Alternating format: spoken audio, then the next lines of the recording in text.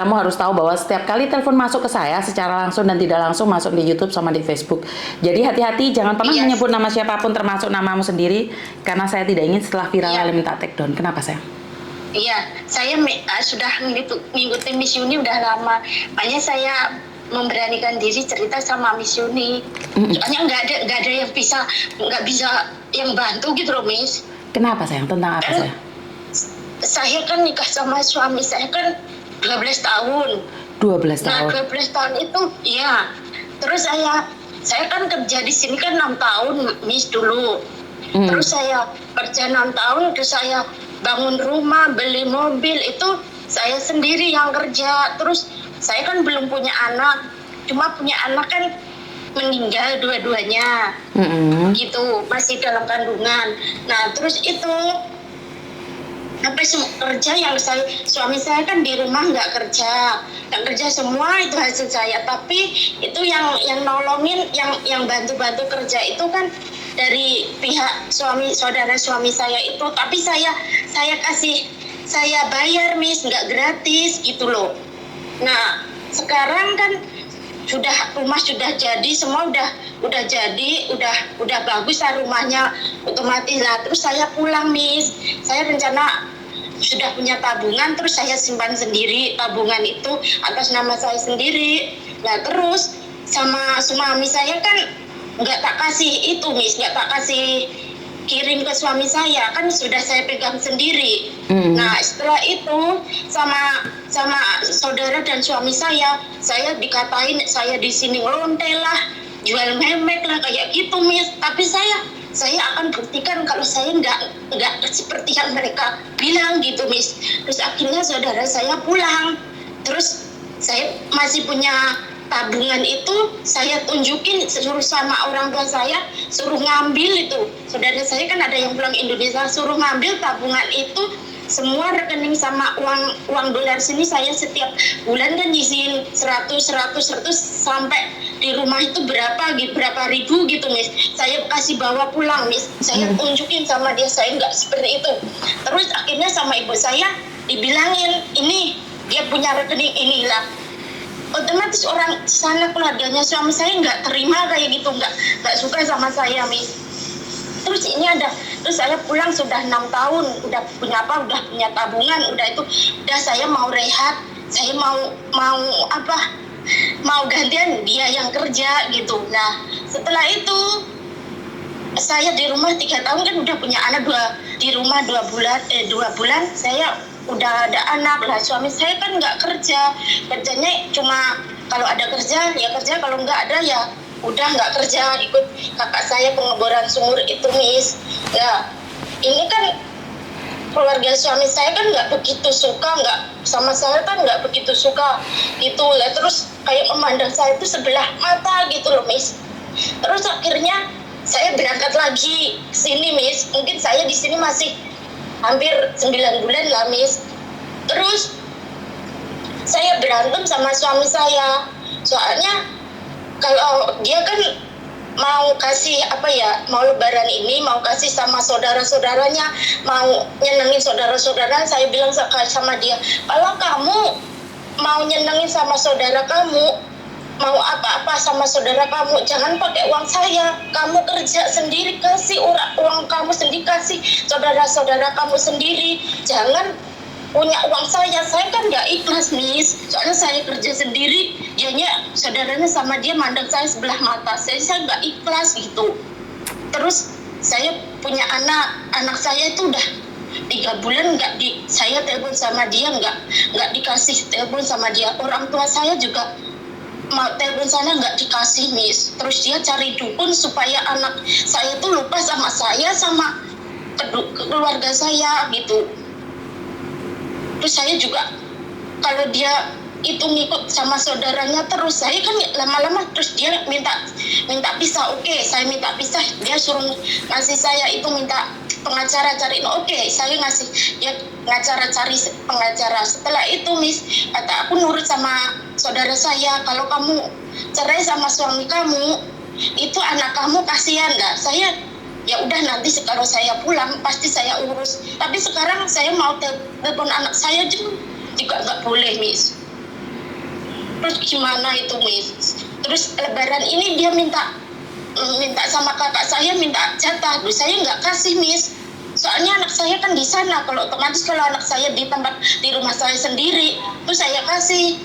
Uang dulu saya masih potongan aja, Miss. Uang saya kasih ke sana, Miss. 4 bulan itu. Terus setelah dia ke sana ikut saudaranya itu, dia anak saya itu nggak dikasih nggak dititipin uang sama sekali sama dia, padahal uang saya ada di situ gitu. Nah terus akhirnya aku minta, belum gajian sama majikan aku Mbak, saya minta uang bak gaji aku, saya kenapa uang saya yang saya kirimin sama suami saya, dia pergi ke rumah saudaranya di sana, tapi anak saya nggak dikasih 100 pepes pun, Mbak, aku bilang gitu sambil nangis itu, Miss. Terus sama simbokku dikasih gaji itu, terus masih sisa potongan, terus tak kasih kirimkan ke saudara saya untuk beli anak saya jajan apa susu gitu, kebutuhan anak saya. Dan setelah itu dia diambil tanpa izin sama orang tua saya, Miss. Terus dia pergi ke sana, ke tempat saudaranya itu. Terus sekarang saya juga nggak tahu gimana itu solusinya ya, Miss. Oke. Sebenarnya itu cara suamimu untuk mengancam kamu agar kamu kirim uang ke dia, sayang. Iya saya paham, Miss. Tapi saya nggak mau, Miss. Biar dia tahu itu, biar minta uang sama saudaranya gitu. Biar tahu dia saudaranya kayak apa. Saya udah banyak bantu saudaranya, tapi saudaranya nggak pernah iniin sama saya, Miss. Okay. Dia selalu apapun perkataan saudara saya sana diikutin sama suami saya. Berarti saya juga nggak tahu harus gimana gini, Miss. Kamu sudah pinter, sayang. Kamu tidak mengirim uang pada laki-laki, itu bagi saya sudah pinter. Karena itu anaknya dia dan dia berhak untuk memberikan nafkah pada anaknya. Jadi kalau makanya saya gitu. Kalau hari ini dia tidak mengizinkanmu komunikasi sama anakmu, biarkan saja, Mbak. Lagian kan kamu jauh. Iya. Jadi nggak apa-apa. Biarkan saja. Yang penting kamu kumpulkan uangmu dan suatu saat iya, kamu sudah punya uang pulang untuk membesarkan anakmu. Pasti dia ikut kamu kok. Dan satu hal, jika kamu punya masalah dengan keluargamu, jangan sampai cari garangan atau cari laki-laki lain. Tetap. Insya Allah saya enggak, Miss. Walaupun saya pernah dikatain saya londe, saya di sini jual memek, tapi saya demi Allah saya nggak pernah kayak gitu. Saya kerja banting tulang, uang saya sendiri, Miss. Jadi payah saya sendiri itu, Miss. Oke, jadi sampean tetap harus fokus pada tujuannya sampean, jangan pernah mencari laki-laki lain atau pelampiasan yang lain. Saya akan mendukung jenengan. Insya Allah saya enggak, Miss. Dulu saya juga dikatain kayak gitu, saya kuat, Miss. Saya akan buktikan kalau saya benar-benar kerja itu uang dari saya sendiri. Makanya saya 3,5 tahun di rumah, Miss. Itu uang alhamdulillah ada gunanya juga walaupun dia nggak kerja kayak gitu, Miss. Oke, jadi kamu tetap semangat karena itu adalah kewajiban ibu untuk mencarikan nafkah buat anaknya, tapi kamu tidak wajib mencari nafkah buat suamimu. Jadi biarkan saja. Aku yakin kamu pasti bisa, dan jangan kirim uang ke lanangan rai gedek. Ini pesannya teman-temanmu. Biarkan saja dia nggak gini loh, Mbak, sebenarnya dia sendiri yang akan bingung saat dia bilang, saat dia tidak mengizinkanmu komunikasi sama anaknya dan kamu tidak mencari, dia sendiri yang akan kelabakan, dia sendiri yang akan bingung. Ngerti nggak? Biarkan saja.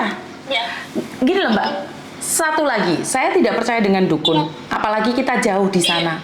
Ngerti nggak? Dia mau cari dukun seberapa banyak dukun nggak apa-apa, itu urusan dia. Ngerti nggak? Yang penting kita di sini selalu berdoa dan Tuhan akan bersamamu. Yang penting tujuan awalmu tetap. Jangan sampai cari uang buat lanangan ataupun buat garangan. Jadi tetap fokus saja. Iya, alhamdulillah saya, Miss. Kalau hari ini gajian, aku setiap hari ini gajian langsung saya kirim itu uang. Tapi saya untuk kebutuhan saya, untuk libur, pokoknya untuk kebutuhan saya. Udah saya misahin itu. Yang selebihnya saya tabung, Miss. Oke, dan jangan lupa sodakohnya ya, karena kalau kita sudah emosi apapun terus kita lupa sodakoh, habis itu garangan masuk, uang kita dihabiskan mereka. Jadi kalau hari ini mereka tidak mau ambil uangmu, suamimu tidak kamu kirimkan, ya saya nitip 200-300 buat tetangga-tetanggamu. Kirimkan buat tetangga-tetanggamu ya, kasihkan buat tetangga-tetanggamu. Itu aja pesan saya. Karena gini loh Mbak, banyak cara untuk uang kita habis Mbak. Banyak sekali cara uang kita habis. Orang bilang kalau sodakoh itu akan melipatkan rezeki kita, tapi kalau saya sendiri bukan Mbak. Sodakoh itu mengurangi rasa tamak kita. Jadi kan sodakoh itu hak-hak kita sendiri. Tapi kalau kita memberikan pada orang lain itu mengurangi rasa tamak. Seharusnya kan 4 juta nih uang saya semana, yang 300 atau 500 kita sumbangkan pada orang lain, itu kan mengurangi rasa tamak yang ada di hati. Perkara Tuhan mau melipatkan itu kan urusannya Tuhan sayang. Kita tidak berhak ngatur Tuhan nih. Aku kasih orang 1 juta kembalikan sama saya 10 juta, kan nggak seperti itu. Iya. Benar nggak? Jadi tetap fokus pada tujuan aja. Iya. Nggak usah khawatir ya. Dan kamu tidak sendiri sayang, banyak teman-temanmu di luar sana sama mengalami hal yang sama. Iya. Namanya juga ibu, Miss. Tapi kan itu anak satu-satunya, Miss. Saya kan juga kangen sama anakku, Miss. Ngerti. Tapi itu akan dijadikan alasan buat dia untuk menghancurkan kamu sayang. Benar nggak sih? Iya. Ya wis, intinya jangan pedulikan. Banyak orang yang punya anak satu juga dipermainkan suaminya. Ngerti nggak? Iya. Sudah, biarkan saja, fokus pada tujuan yang jenengan lagi. Iya. Iya. Ada yang lain lagi? Terima kasih banyak, Miss ya. Sama-sama. Assalamualaikum. Waalaikumsalam. Oke, fokus pada tujuan awal. Laki-laki. Oke, gini Mbak. Laki-laki banyak uang, satu perempuan itu tidak cukup. Tapi perempuan punya uang, satu laki-laki itu tidak butuh. Koreksi saya jika saya salah. Nah, ini Mbaknya cari uang buat keluarga, itu bener bagus buat saya. Ini pesan buat janda nih, pesan buat janda ya. Engkau mau edit re, engkau mau tugel-tugel re. Ini pesan buat janda aja yang ada di Hong Kong ataupun yang ada di luar negeri gini Mbak. Satu hal, dari ujung kaki sampai ujung rambut, dari ujung kaki sampai ujung rambut, kalian tuh cari uang buat dirimu sendiri. Cari uang buat dirimu sendiri. Terus ngapain kamu nangis-nangis untuk garangan? Sementara uangmu kamu kirim ke garangan itu. Kamu yang membiayai makan garangan itu. Jadi jangan nangis karena garangan ya. Karena kalian ini adalah wanita mandiri. Kalian cari uang sendiri. Dari ujung kaki sampai ujung rambut. Kowe iki golek bondo dhewe, Mbak. Lah ngapain kamu nangis demi laki-laki? Bener nggak? Ngapain kamu nangis demi laki-laki yang sudah mengeruk hartamu? Iya nggak sih? Bener nggak sih? Kata-kata saya ada yang salah nggak di sini? Ada nggak kata-kata saya yang menyakiti kalian? Kalian setiap kali facial glowing, rambut dilurus no, alis dijepat no, cangkem dicongok pongor-pongor no, irung disedek-sedek no, hanya menangisi laki-laki yang memodusimu atau laki-laki yang sedang menyakitimu. Lanangan kayak ngono guaan Mbak. Ya karena demi anak ya udah nggak apa-apa demi anak. Tapi kita nggak perlu menangisi laki-laki yang tidak bisa menghargai perempuan. Kamu itu dari ujung kaki sampai ujung rambut golek duit dewe. Ngono jek dilarani wong lanang terus kamu jek ampun dek wong lanang. Guaan wong lanang kayak ngono, Mbak.